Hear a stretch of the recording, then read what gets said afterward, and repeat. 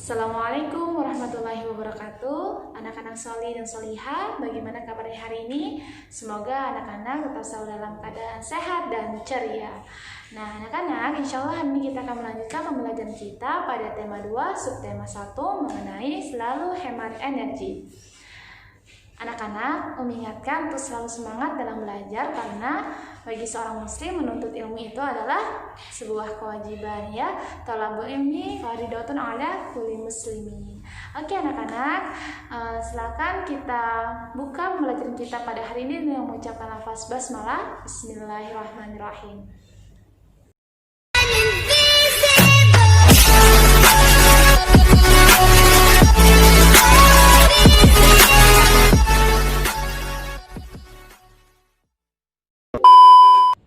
Nah, anak-anak, tahukah kalian apa sumber energi terbesar di bumi? Ya, benar, matahari. Nah, matahari merupakan sumber energi terbesar di bumi yang memancarkan panas dan cahayanya ke bumi.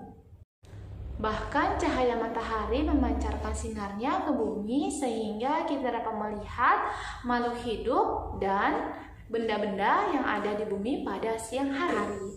Selain itu, cahaya matahari juga dapat dijadikan sebagai sumber kehidupan bagi seluruh makhluk hidup, baik itu manusia, hewan, maupun tumbuhan.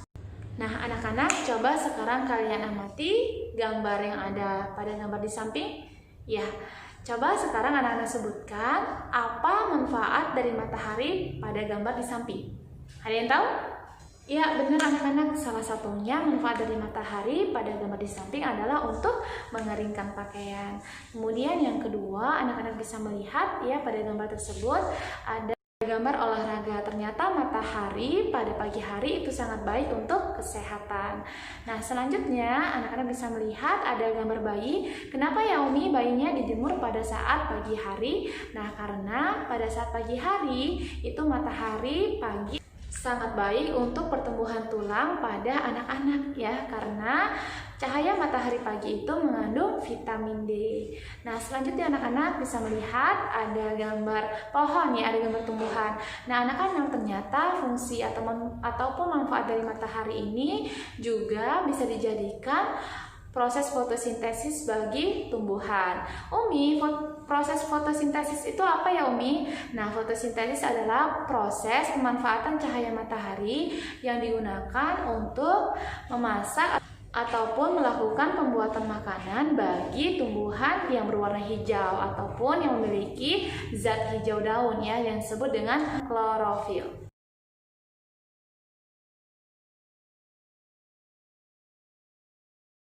Nah, anak-anak, itu tadi beberapa contoh manfaat dari energi panas matahari. Nah, sekarang anak-anak kita akan mempelajari mengenai sumber daya alam.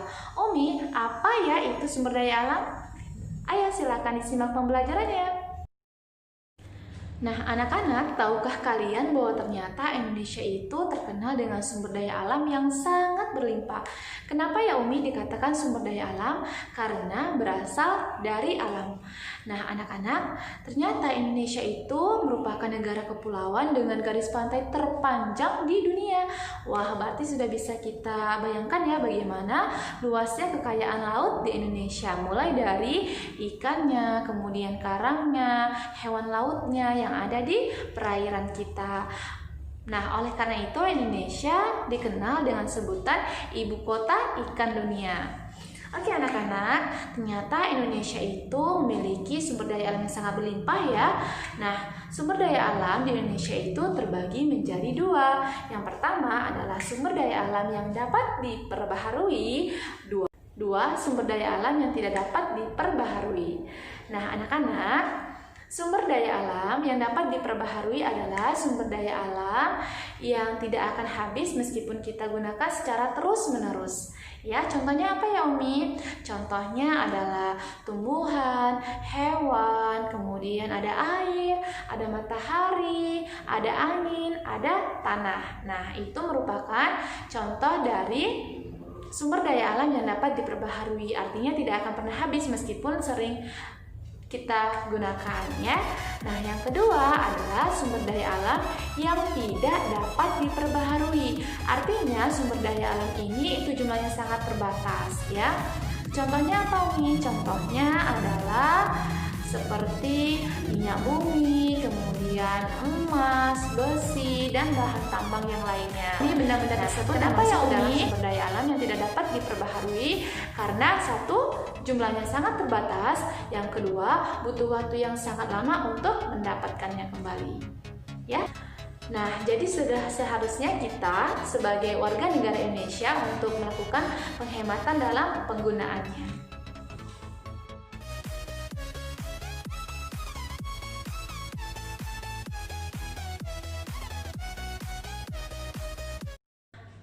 Nah, anak-anak, tadi sumber daya alam yang dapat diperbaharui, apa contohnya? Ya, benar sekali. Salah satunya adalah tumbuhan. Tumbuhan itu dapat tumbuh karena apa? Yang pertama, ya, adanya pupuk, kemudian adanya air. Jadi anak-anak, air itu merupakan salah satu sumber energi yang terbesar juga ya, karena baik kita maupun tumbuhan dan hewan juga memerlukan air untuk bisa bertahan hidup. Bahkan anak-anak, saat ini air sudah dimanfaatkan sebagai sumber energi listrik ya. Contohnya adalah kincir air. Nah, anak-anak, yang pertama yang perlu kita ketahui adalah ketika kita ingin menggunakan air, maka kita harus bisa melihat mana air bersih dan mana air yang kotor, air yang boleh diminum dan air yang tidak boleh diminum ya. Sekarang kita akan melihat bagaimana contoh air bersih dan air kotor itu. Ayo simak penjelasannya. Nah, anak-anak, di sini sudah ada 2 sampel. Nah, anak-anak, ini sudah ada 2 sampel yang Umi bawakan ya. Anak-anak bisa melihat ada di tangan kanan dan tangan kiri Umi. Nah, sekarang anak-anak coba perhatikan masing-masing jenis airnya. Oke, anak-anak, apakah kalian bisa membedakan mana yang termasuk ke dalam air bersih dan air kotor? Ada yang tahu? Ya, benar sekali. Jika yang ini adalah air, ya ini adalah air bersih, dan yang ini adalah air kotor. Sekarang kita akan melihat apa sih Umi ciri-ciri yang membedakan air tersebut merupakan air bersih dan air kotor. Nah, yang pertama anak-anak, coba kita perhatikan ya. Ini adalah air yang kotor. Lihat warnanya.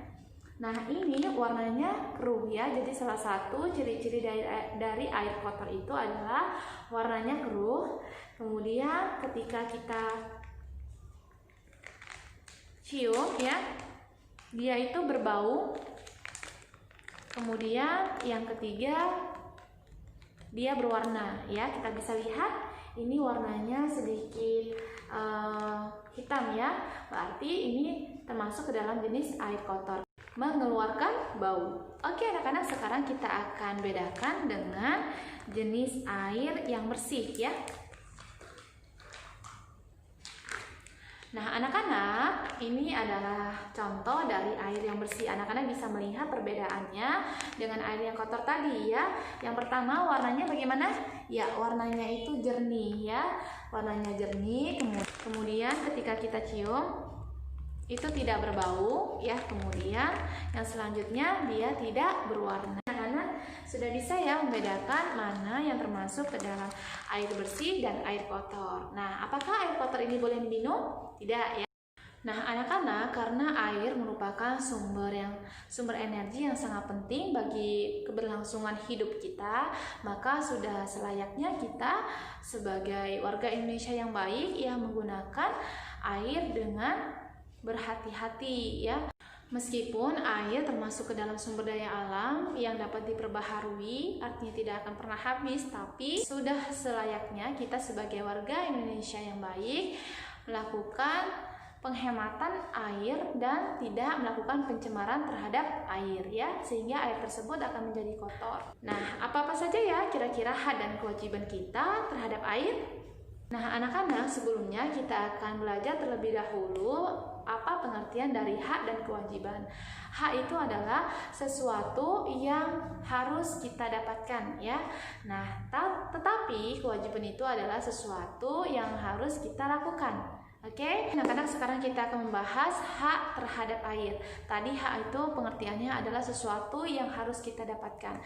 Kira-kira apa ya hak kita terhadap air? Ya, hak kita terhadap air adalah kita berhak untuk mendapatkan air yang bersih dan sehat.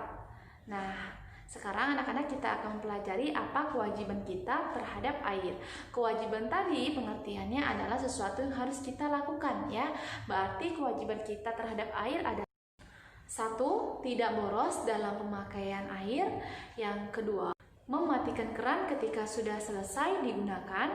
Jangan lupa ya anak-anak. Dan yang ketiga, tidak membuang limbah pabrik ke sungai sehingga sungai akan tercemar. Nah, kemudian tidak boleh membuang sampah pada sungai. Kalau misalnya kita lihat, banyak sekali warga Indonesia yang membuang sampah tidak pada tempatnya, termasuk mereka membuang secara sembarangan ke sungai sehingga sungai tersebut menjadi tercemar ya. Dan penggunaan air, kita juga perlu mengetahui apa-apa saja hak dan kewajiban terhadap listrik. Ya, yang pertama,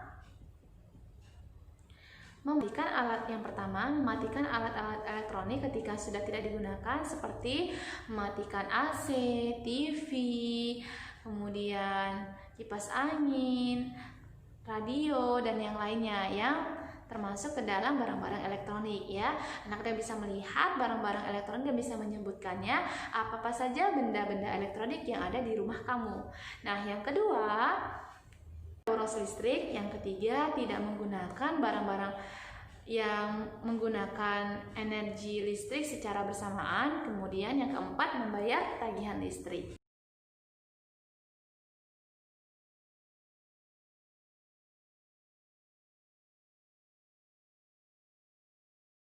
Oke anak-anak, sampai sini dulu pembelajaran kita hari ini. Tetap selalu semangat.